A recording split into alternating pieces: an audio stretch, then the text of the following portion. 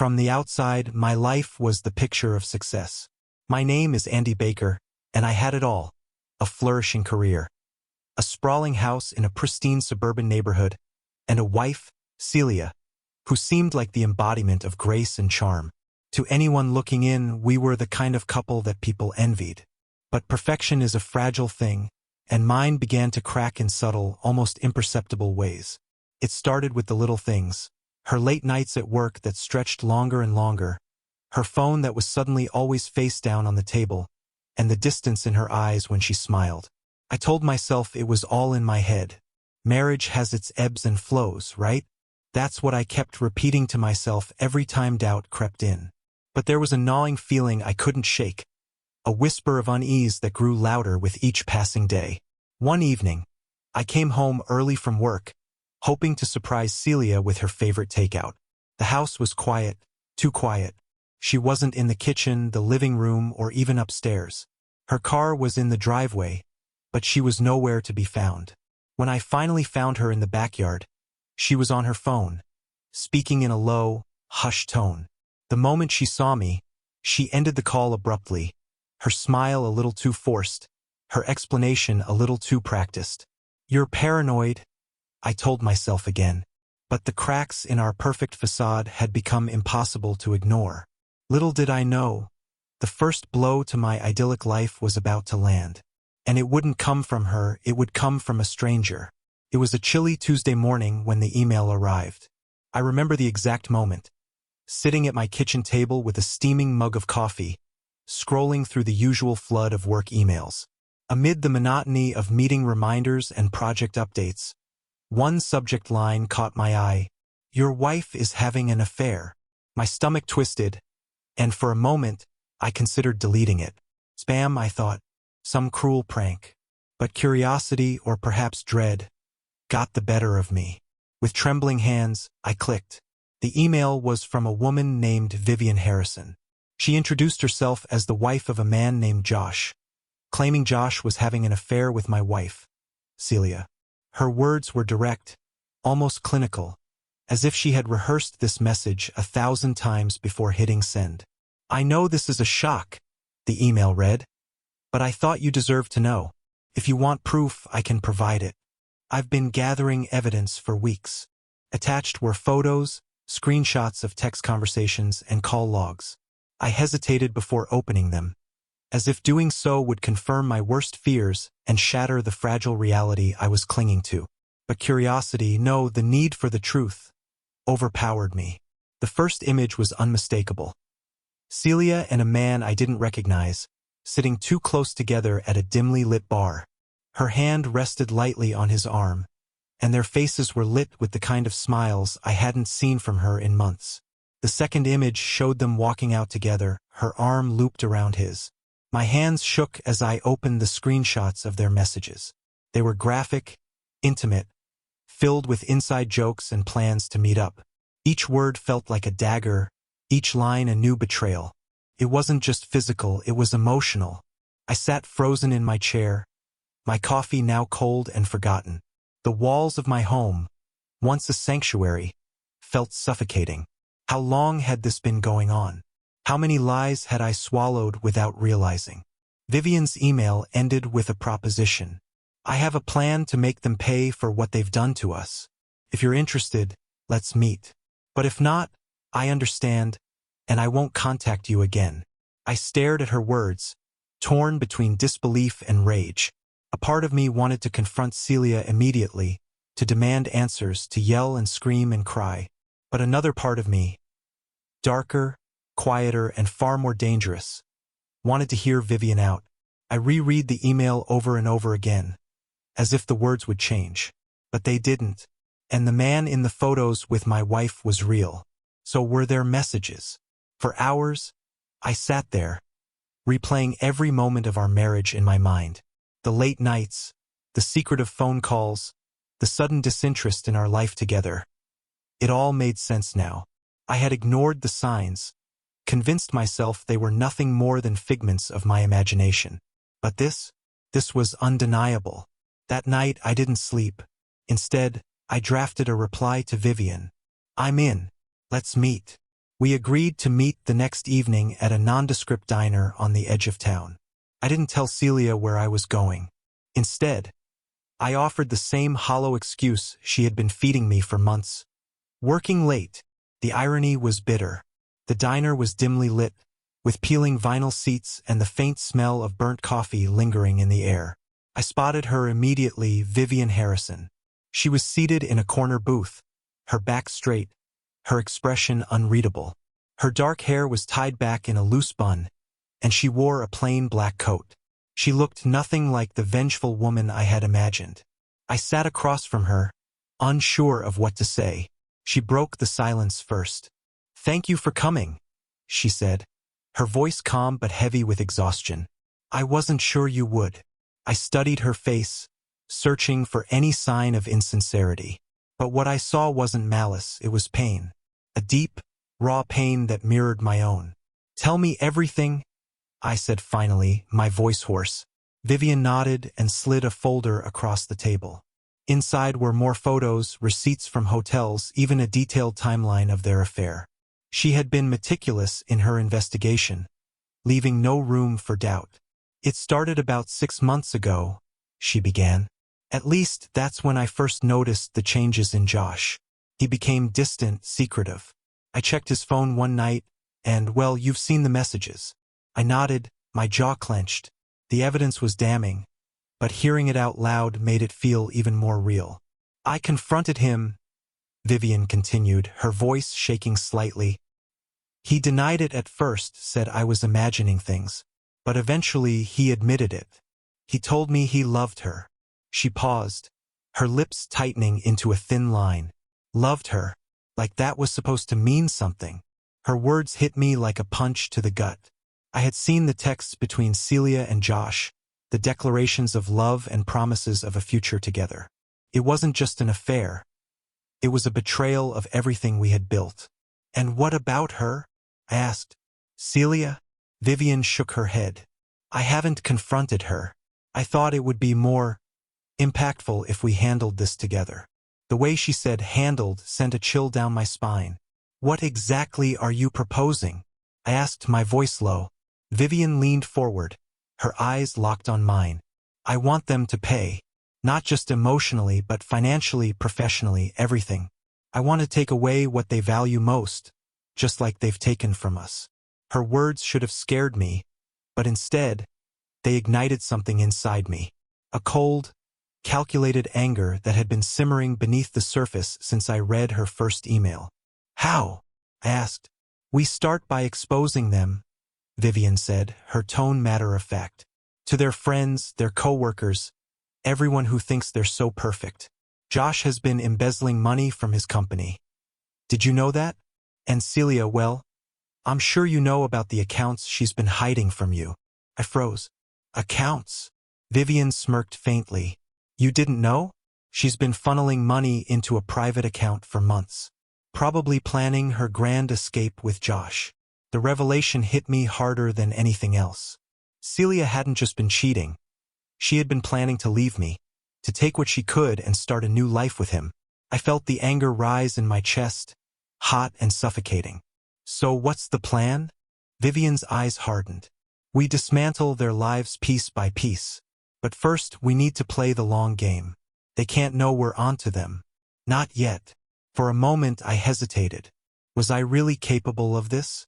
Of becoming someone who plotted revenge so meticulously? But then I thought of the photos, the messages, the years of my life wasted on a woman who had been lying to me.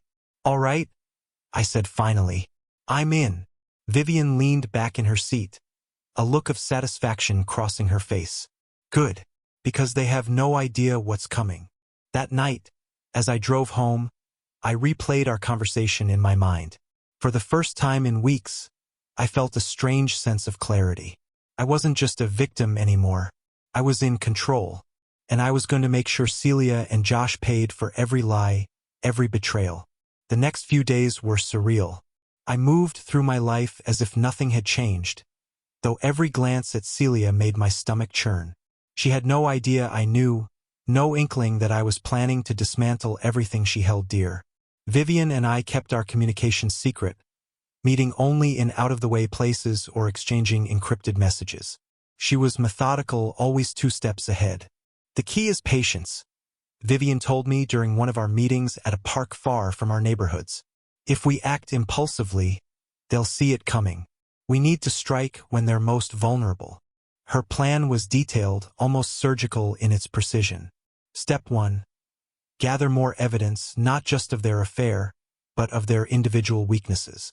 Vivian had already started digging into Josh's finances, uncovering more details of his embezzlement. She promised to deliver hard proof soon. As for Celia, I began my own quiet investigation. Her laptop, her phone, even the drawers in our bedroom, all became sources of discovery. What I found left me reeling.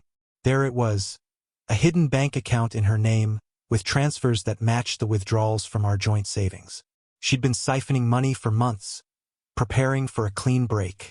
She's planning her escape, I told Vivian during one of our late-night calls. Good, Vivian replied. Let her think she's in control. That'll make the fall even harder. The plan was evolving. First, we'd expose Josh's financial crimes to his employer and ensure his professional ruin. Then, we'd target Celia's reputation, revealing her deceit to everyone she relied on. Finally, we'd ensure their plans to be together fell apart completely. It was cruel. It was calculated. And it was exactly what they deserved. Every night, I lay awake, torn between the person I once was and the person I was becoming. Part of me hated that it had come to this. But another part, a darker, colder part, felt exhilarated. For the first time in months, I wasn't powerless. One evening, I watched Celia across the dinner table as she scrolled through her phone. Her expression was neutral, unreadable, but I couldn't help wondering, was she texting him? Was she thinking of him even as I sat right there? I clenched my fork tightly, forcing myself to smile when she looked up. The game was on, and I couldn't afford to lose my cool. You're quiet tonight, she said, her voice casual. Just tired, I replied. Work's been a lot lately. She nodded, her attention already drifting back to her phone. I felt a flicker of satisfaction. She had no idea I was already pulling the strings. The first phase of our plan was almost ready. And soon, they'd both realize just how wrong they'd been to underestimate me. Celia's double life became clearer with every piece of evidence I uncovered. The bank transfers, the late-night calls, the subtle but damning lies. It all painted a picture of someone I barely recognized. Vivian was relentless in her pursuit of Josh. She uncovered emails linking him to fraudulent financial transactions at his company. He's been skimming off the top for years, she explained during one of our secret meetings. But now we have enough to blow it all up. Meanwhile, I stayed close to Celia, pretending nothing was amiss. At dinner, I asked about her day, feigned interest in her stories, and even kissed her goodnight like I always had. Inside, I was boiling. One night, while she was in the shower, I accessed her laptop again. This time, I found an itinerary, plane tickets booked for 2. A romantic getaway, just a week away. My name wasn't on the reservation. I snapped a photo of the screen and sent it to Vivian. Her reply was instant. Perfect. We'll make our move before they leave. Celia's deception wasn't just betrayal. It was calculated cruelty. And now we had the leverage to make sure she and Josh paid for every moment of it. The days leading up to their planned getaway were a test of patience. Every interaction with Celia felt like a performance, a carefully rehearsed act to mask the fury bubbling beneath my surface. Vivian and I finalized our plan. She would expose Josh's financial crimes to his company first, ensuring he lost his job and the financial stability he so desperately needed to start fresh with Celia. As for me, I'd confront Celia in a way she wouldn't see coming. I need to know you're ready, Vivian said during one of our late-night calls. Her voice was steady, but I could hear the tension behind it. Once this starts, there's no turning back. I'm ready, I assured her, though my stomach twisted at the thought. That evening, Celia came home late. She claimed she'd been working on a project with a colleague, her excuse smooth and practiced. I nodded, pretending to believe her. You're amazing, I said, forcing a smile. I don't know how you juggle it all. She smiled back, though her eyes betrayed a flicker of unease. Did she sense the shift in me, the cold detachment I was working so hard to hide? That night, while she slept beside me, I stared at the ceiling, going over every step of the plan in my mind. I thought about the man I used to be, the trusting husband who would have done anything for her, and felt a pang of sadness. But there was no room for weakness now. The game had started and I was all in. The first strike came early on a Wednesday morning. Vivian had timed her move perfectly, ensuring Josh's downfall would hit him where it hurt the most, his career. By 8 a.m., an anonymous email landed in the inbox of Josh's CEO. Attached were detailed records of his embezzlement, forged invoices, falsified accounts, and proof of funds quietly diverted into personal accounts. Vivian had even included a timeline of his fraudulent activities, leaving no room for denial. He won't have time to think, Vivian texted me after sending the email. By the time he tries to cover his tracks, it'll already be too late. I imagine Josh sitting in his office, sweating under the scrutiny of his superiors as they pieced together the betrayal. It wasn't enough to ruin him yet, but it was a strong opening blow. Meanwhile, I played my role, pretending everything was fine at home. Celia was unusually cheerful that morning, sipping her coffee with a serene smile. She had no idea what was unfolding just a few miles away. "You seem happy," I said, masking the bitterness in my voice. "Just looking forward to the weekend," she replied, her smile widening. Her excitement was like salt in a wound. I knew she was thinking about her trip with Josh, not realizing her perfect plans were about to implode. By the afternoon, Vivian sent me an update. Josh had been called into a meeting with the board. "It's unraveling," she wrote. "They're not firing him yet, but they've frozen his accounts and launched an investigation." The satisfaction was immediate, a grim sense of justice taking root in my chest. The first strike had landed, and it wouldn't be the last.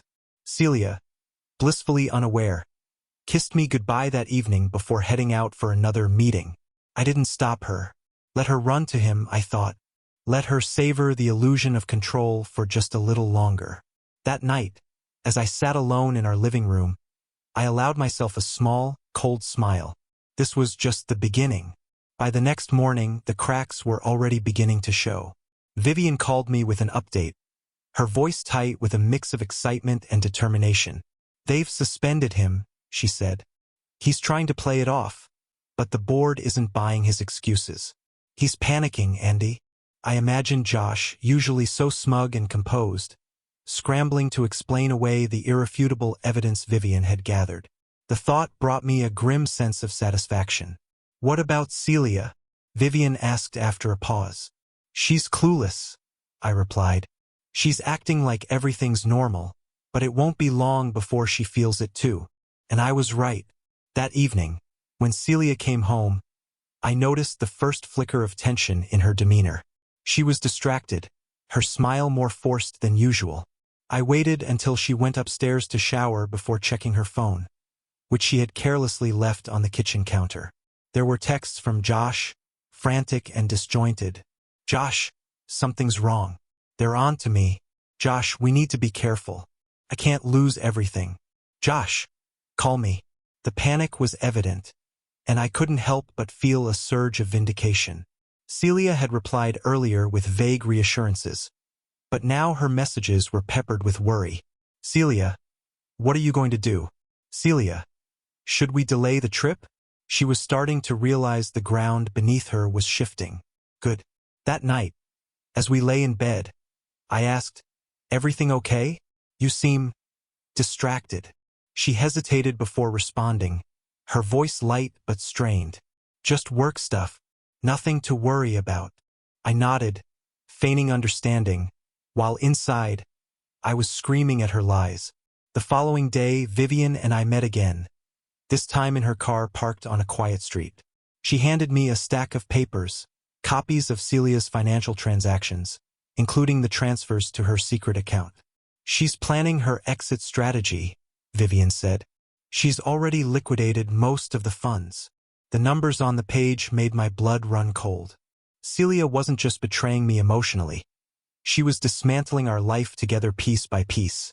She thinks she's being smart, Vivian added. But she doesn't know what's coming. I stared at the papers, a sick mix of anger and determination settling over me. What's the next step? Vivian smirked faintly. We tighten the noose. Josh will be broke and jobless soon enough. But that's not enough. We need to hit Celia where it hurts too, her reputation. The plan was clear. Expose Celia's duplicity to her closest friends and colleagues, ensuring she'd have no one to turn to when everything fell apart. It was cruel, but after everything she'd done, I felt no guilt. That evening, I watched her laugh over dinner, unaware of the storm brewing around her. For a moment, I wondered if she ever felt remorse for what she'd done. Did she think of me at all when she was with him? Or was I just a pawn in her grand escape? The thought fueled my resolve. She and Josh had built their future on lies, and soon, I would be the one to tear it all down. The days blurred together in a haze of tension and silent plotting. With every new piece of evidence, the walls around Celia and Josh closed in a little tighter. But the hardest part of all was the silence I had to maintain. I watched her every move with growing suspicion, knowing that soon she would realize the foundation she'd built with Josh was crumbling beneath her feet. Vivian and I had agreed it was time to act again. The next phase was to ensure Josh felt the full weight of his actions. We needed him to spiral completely. His reputation, his finances, his very identity. All of it had to be destroyed. Vivian had friends in the right places, and it wasn't long before she planted the seeds of Josh's professional ruin. By the time he was called in for a second meeting with the board, his world was already beginning to unravel. Vivian had leaked his financial misconduct to key people in his company, people who couldn't turn a blind eye. Josh's downward spiral was inevitable. But even so, when the news broke that Josh had been formally dismissed, I could feel the ripple effect of satisfaction within me. For the first time in months, I felt like I was in control again. But I knew it wasn't over. Josh's fall from grace was just the beginning. Celia had her own web to untangle. She hadn't yet realized how badly she was losing her grip on everything she thought she could control. But I was about to help her see the truth. That evening, as I sat in my study, I received a message from Vivian. It was simple, but it made my heart race. It's time. Celia's turn. I took a deep breath.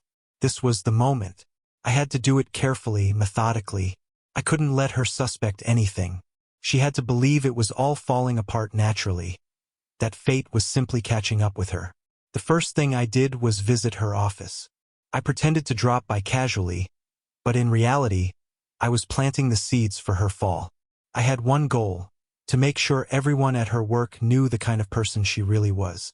"Hey, I just wanted to drop off these papers," I said to her assistant, handing over a small folder.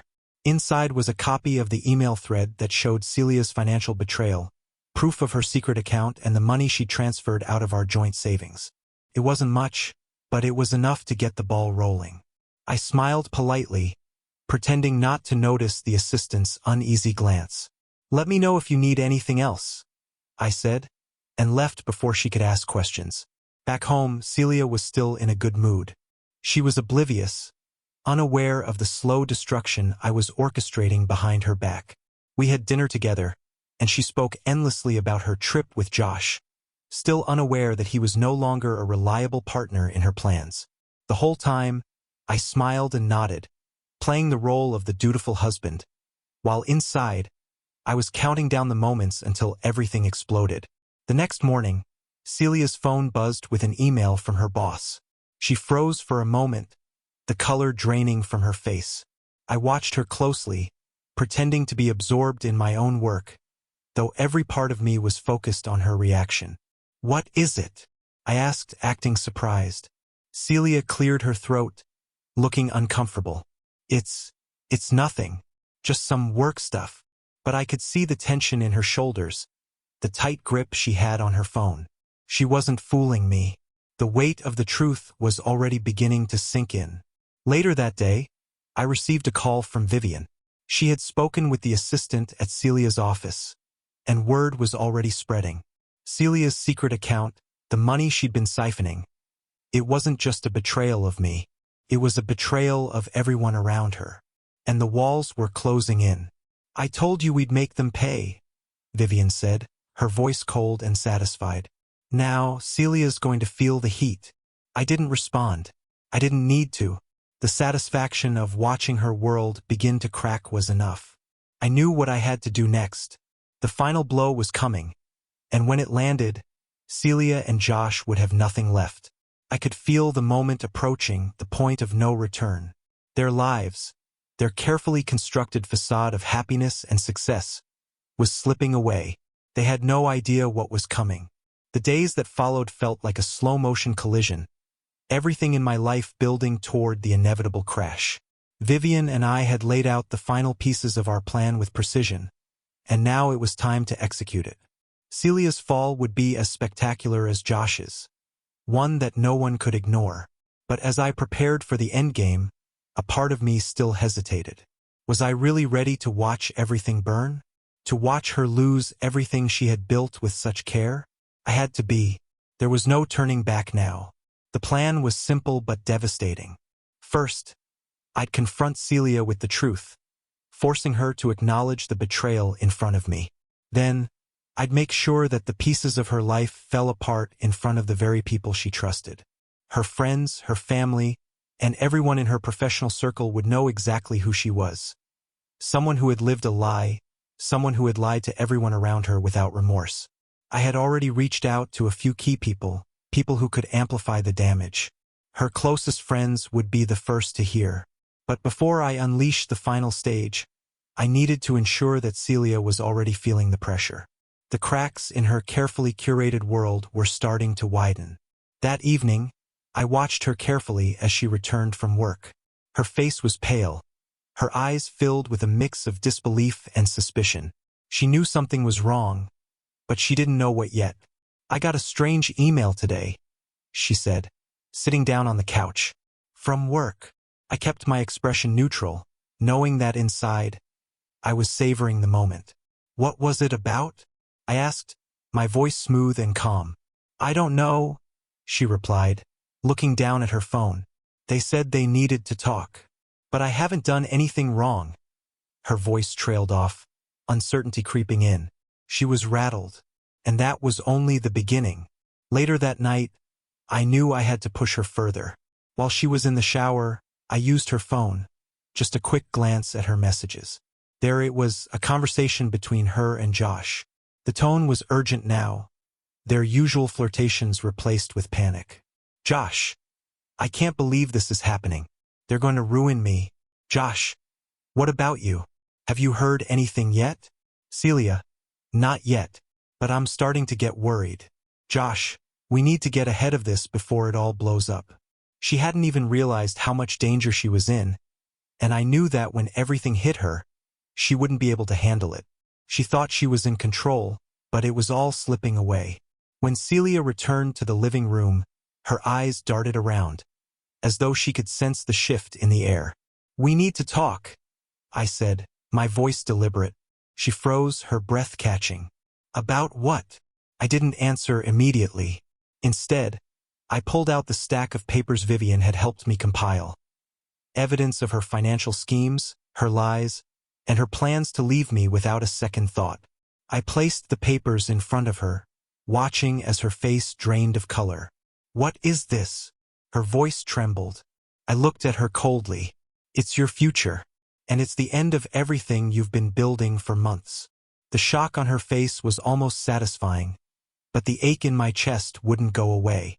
She was still my wife, and seeing her break, seeing her fear only reminded me of the person I had once been, the person I had lost to all this. "What is this, Andy?" she repeated, her voice now desperate. "You don't understand. It's not like you think." I laughed bitterly, the sound echoing in the silence between us. "I understand perfectly. You've been lying to me, to everyone around you. You've been planning this escape for months, haven't you?" She shook her head, the tears starting to fall. She couldn't even finish the sentence. I stood up, walking away from her. "It doesn't matter now. You and Josh are done. You're going to lose everything, your career, your friends, your family. Everyone will know what you've done." Her sobs filled the room as I turned to leave, my heart heavy with the weight of what I'd just done. This was it. The end. The destruction I had orchestrated was complete. There would be no coming back from this for her. As I stepped out of the room, I paused at the door, glancing back one final time. Celia was broken, her world falling apart in real time, and for a moment, I felt a pang of regret. Was this really justice? Or had I become something darker, something unrecognizable? But then I remembered the lies, the betrayal, the years of manipulation. And I knew the answer. I had done what needed to be done. The next few days were a blur of phone calls, emails, and messages from people I never thought would have the nerve to reach out. Celia's friends, colleagues, even some family members. Everyone was suddenly questioning her, and in turn, questioning me. They wanted answers, wanted to know why everything had fallen apart so suddenly. I felt like a ghost in my own life. The house I once thought of as a sanctuary now felt like a prison. Too quiet, too still. Celia had moved into a hotel, her things packed up in hastily organized bags, as if she couldn't bear to even look at the life we'd built together. Her betrayal was out in the open now, and the world was starting to see her for what she truly was. It was exactly what I wanted. But it didn't feel like victory. The more I heard from people who had known Celia for years, the more I realized the depth of the lie she had spun around everyone. She wasn't just a cheater. She had created a persona so convincing that no one ever saw her for what she really was. A woman who had been using her charm and manipulation to get ahead, using anyone who crossed her path to fulfill her desires. I could hardly wrap my mind around it. How had I missed it for so long? How had I allowed myself to be so blind to the person I thought I knew? Then there was Josh. Once he had lost his job, he had no choice but to disappear into the shadows. His reputation was destroyed. There were whispers about him online, his name dragged through the mud, and all his connections severed. But he was still a threat. I knew that. He would come for me, for Celia, for whatever he could get his hands on. It didn't matter. I had everything under control now. I had burned his bridges, and Celia's world was crumbling. I watched as she tried to pick up the pieces, trying to salvage some semblance of normalcy. But it was clear to everyone around her now. Her mask was gone.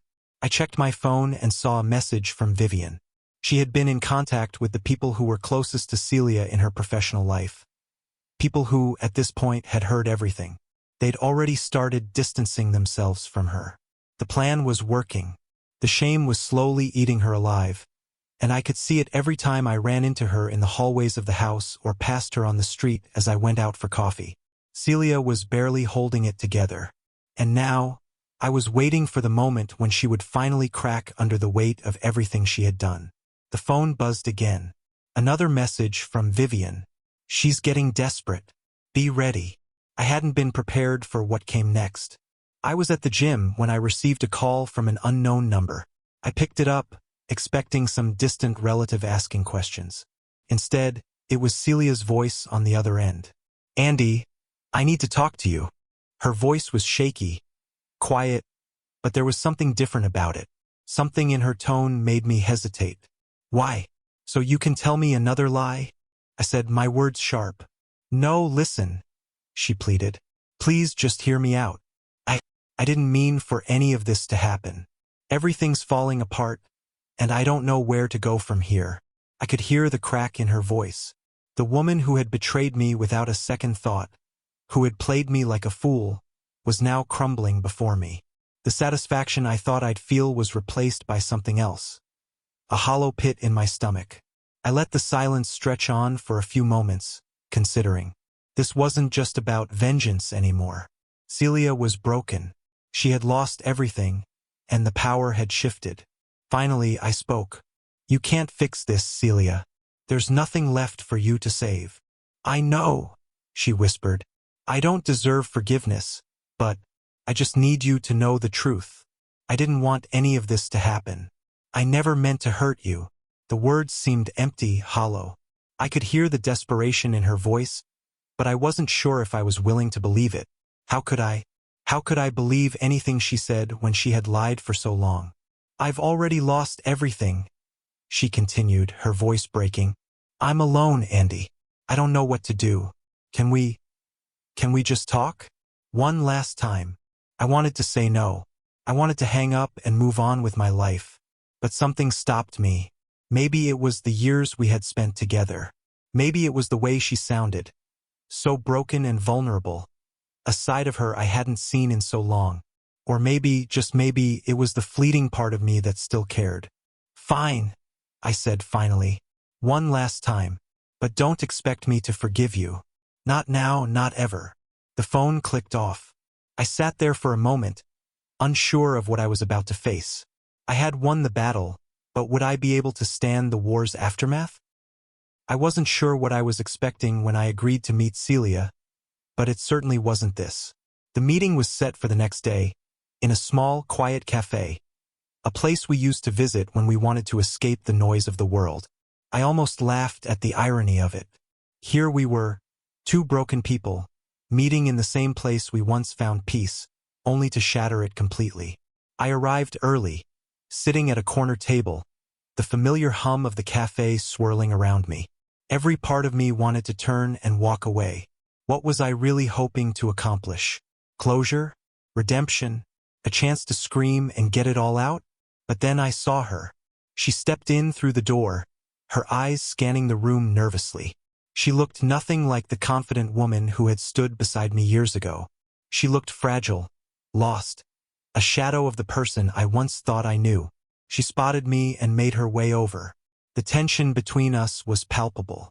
I could feel the weight of all the things unsaid, all the resentment, the anger, and the broken trust that hung between us like a thick fog.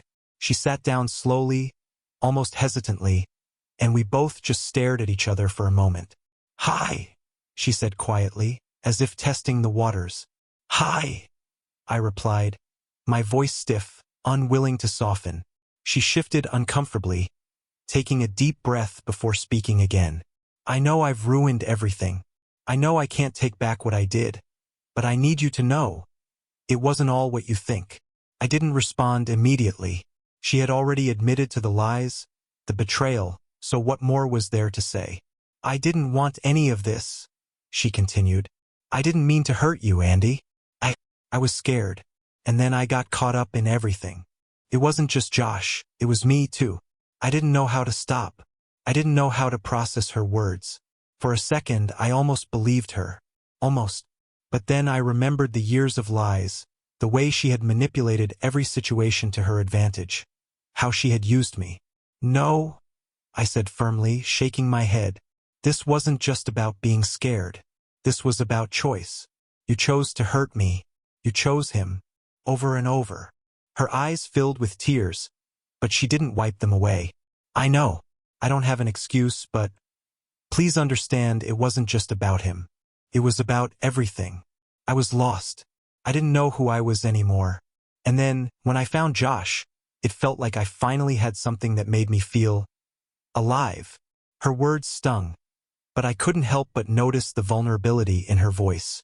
She was truly broken. But that didn't change what had happened. That didn't change the years I had spent trying to hold everything together while she tore it apart from the inside. "Do you even realize what you've done?" I asked, my voice trembling with a mix of anger and something else. Something I hadn't expected to feel. "Pity." "I do," she whispered. "I regret everything. I hate what I've done to us." For a moment, I wanted to scream at her, to demand answers, to make her understand just how much pain she had caused. But something stopped me. Maybe it was the realization that nothing she said would change what had happened. Maybe it was the understanding that there was no going back. "I'm not here to forgive you, Celia," I said quietly. "And I'm not here to hear your excuses. This is over. There's nothing left to fix." She nodded, tears spilling down her face. "I know. I don't expect you to forgive me. I just needed you to know how sorry I am." We sat in silence for what felt like an eternity. All the words we'd exchanged over the years seemed so meaningless now. What had we built together? Was it ever real, or had I been living in a lie the whole time? Finally, I stood up, looking down at her one last time. "Goodbye, Celia." She didn't try to stop me, As I walked out of the cafe, I felt the weight of the decision I'd made, the life I was leaving behind. It wasn't a victory, and it wasn't closure. It was just the end. The end of a chapter one didn't want to believe I'd lived through. After leaving Celia in that cafe, something shifted inside me. I didn't know what it was exactly, but it felt like the air had thickened, like a weight I hadn't even known I was carrying had finally been lifted from my shoulders. It was a strange feeling, relief mixed with emptiness. I had done what I set out to do. I had confronted the past, faced the truth, and now I was walking away. But as I drove back home, my mind kept circling. Was this really the end? Was I really done with everything that had been my life for so long? The house we shared, the life we built, it all felt so distant now. I parked in front of the house, staring at the door for a moment, feeling a strange hesitation. It should have been easy, just walk inside and begin the next phase of my life. But the truth was, I didn't know what the next phase looked like. I didn't know how to move forward from here. The house was silent, just as it had been for the last few days. The only sounds were the faint hum of the refrigerator and the distant rattle of the air conditioning.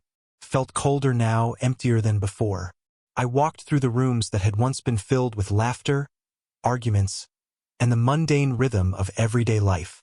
Now, they were all just hollow spaces. My phone buzzed. Another message from Vivian. Is it done? I paused before responding. Was it really done? I wasn't sure. It's done, I typed back, though the words felt hollow.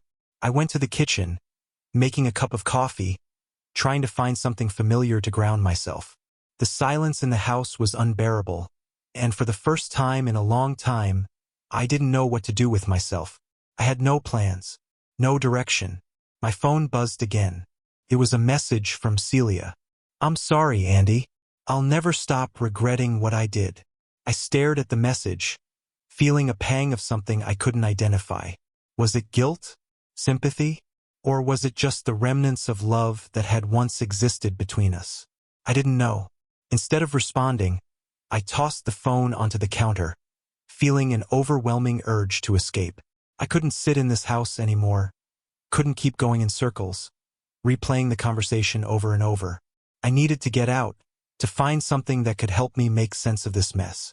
I grabbed my keys and left, heading to the only place I felt I could think clearly, the park near my house.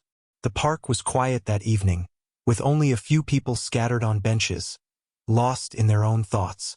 I walked the familiar path, breathing in the cool evening air.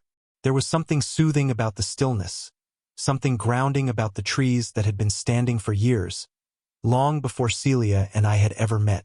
I sat on a bench, my hands clenched in my lap, and stared out at the empty space around me. I thought about what I wanted now. What did I want from my life? Was it revenge? Vindication?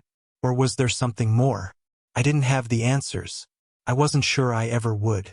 I thought about the future and what it could hold.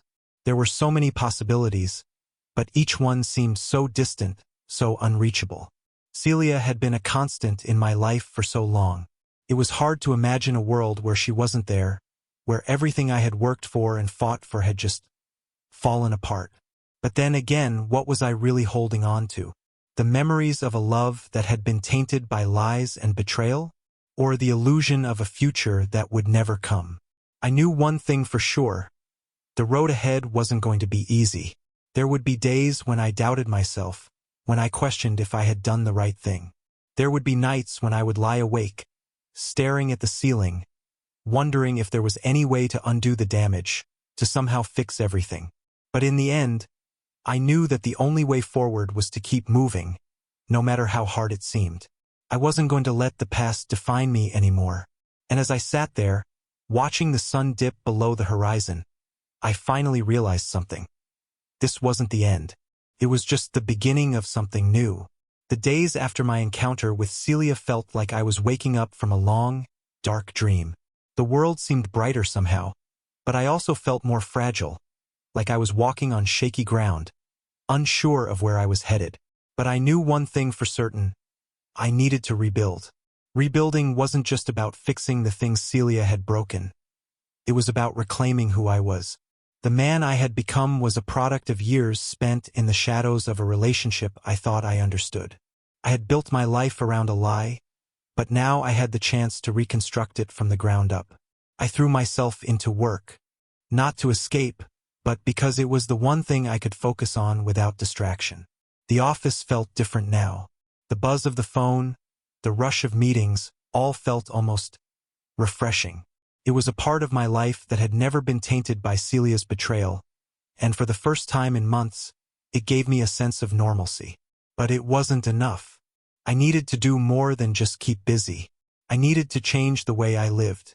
The habits, the routines, everything that had once seemed familiar now felt suffocating. I started small, taking a different route to work, changing the decor in my apartment, even picking up new hobbies. Anything to break free from the echo of the past. At first, it felt strange, uncomfortable even. Every step forward was met with the weight of the past pushing me back. But slowly, I began to feel lighter. I could breathe again. The walls I had built around myself to protect my heart began to crumble, and in their place, a sense of possibility emerged. I didn't think about Celia much anymore.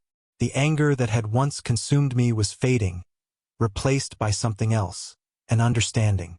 I wasn't angry at her anymore. I was angry at myself for staying too long, for letting myself believe that things would change when they never did. One evening, I sat at a bar, nursing a drink, when a woman approached.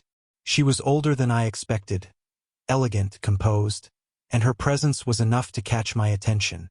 We exchanged pleasantries, and as the night wore on, I found myself laughing, something I hadn't done in months. The conversation was easy, flowing naturally, like I had rediscovered a part of myself I thought I'd lost. It wasn't about finding someone new, not yet, but for the first time, I felt something that resembled hope. I realized I didn't need to fix everything at once. Rebuilding wasn't about jumping into a new life, but about small steps, one at a time, finding new joy in the things I had once taken for granted. As the night came to a close, I walked home slowly, the city lights casting long shadows across the sidewalk. The world felt different now, as if I was seeing it for the first time. The old Andy, the one who had been afraid to let go, was gone. In his place was someone who was ready to move forward. There was still so much uncertainty ahead, so much that I didn't know. But for the first time in a long time, I didn't feel like I was lost anymore. The future was uncertain, but it was mine to shape. A few months had passed since the night I'd met that woman at the bar. Things had changed. I had changed. The gaping hole that Celia had left in my life was still there, but it wasn't as consuming anymore. I had filled it with new experiences, new people, and new versions of myself. Every day was a little brighter than the last, and for the first time in what felt like forever, I was genuinely starting to feel like myself again. But change is never easy. I was sitting at my desk, preparing for a meeting, when my phone buzzed. A message. I almost didn't check it, but something told me I had to. "I need to see you. Can we talk?" It was Celia. The message hit me like a punch to the stomach. I hadn't heard from her in months. After everything, I had convinced myself that our paths had completely diverged. I had told myself I wouldn't allow her back into my life. I had moved on, or so I thought. I stared at the message, my fingers hovering over the keys. What did she want now? Did she think she could waltz back in after everything? After everything she had done? But the truth was, I wasn't sure. Part of me still wondered, what if? What if there was something she could say that would help me finally make peace with the past? I deleted the message. I couldn't afford to go back there. I couldn't risk undoing the work I'd done to rebuild myself. But the doubt lingered. I kept working, tried to focus, but my mind kept returning to that text. Had she really changed? Did she regret everything she'd done? Or was this just another manipulation? It wasn't until that evening that I realized what I had to do. I couldn't keep running from the past. I couldn't keep pretending it didn't exist. The truth was, Celia and I shared something deep and complicated, and no matter how much time passed, that history was never going to vanish.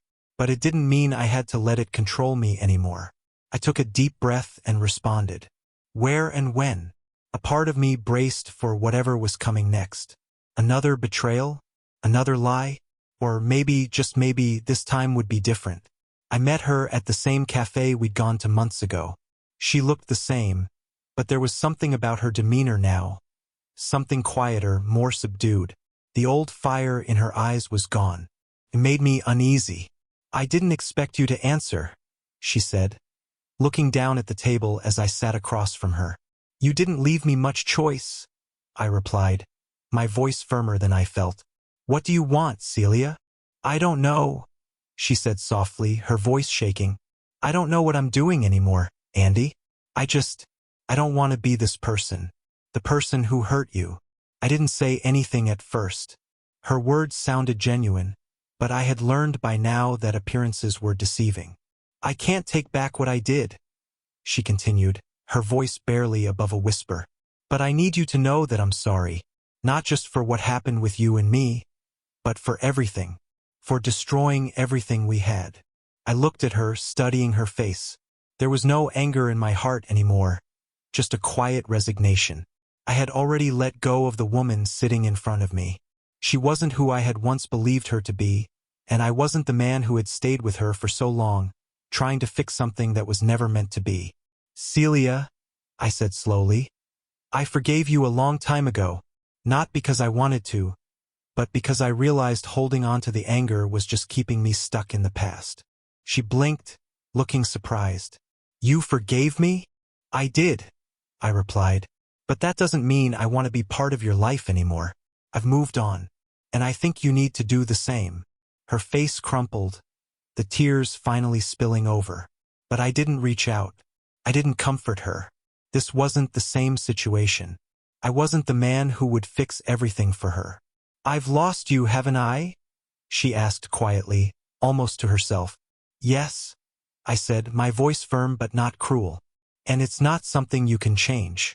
It's not something either of us can fix anymore." We sat in silence for a long time. The weight of the past still lingered in the air, but it wasn't suffocating. It was just a part of the story now, and I was finally ready to close that chapter. When I stood up to leave, I looked down at her one last time. She was still crying, but she wasn't the person who could make me feel sorry for her anymore. I had finally come to terms with everything, and I was walking away for good. "I hope you find peace, Celia," I said, and then turned to leave. It was time to stop looking back. The future was waiting, and it was mine to create. If this story resonated with you, leave a comment below and let me know your thoughts. What would you have done if you were in my shoes? Don't forget to subscribe for more stories that dive into the complexities of life, relationships, and the choices that define us. Thank you for joining me on this journey. The road ahead is ours to shape.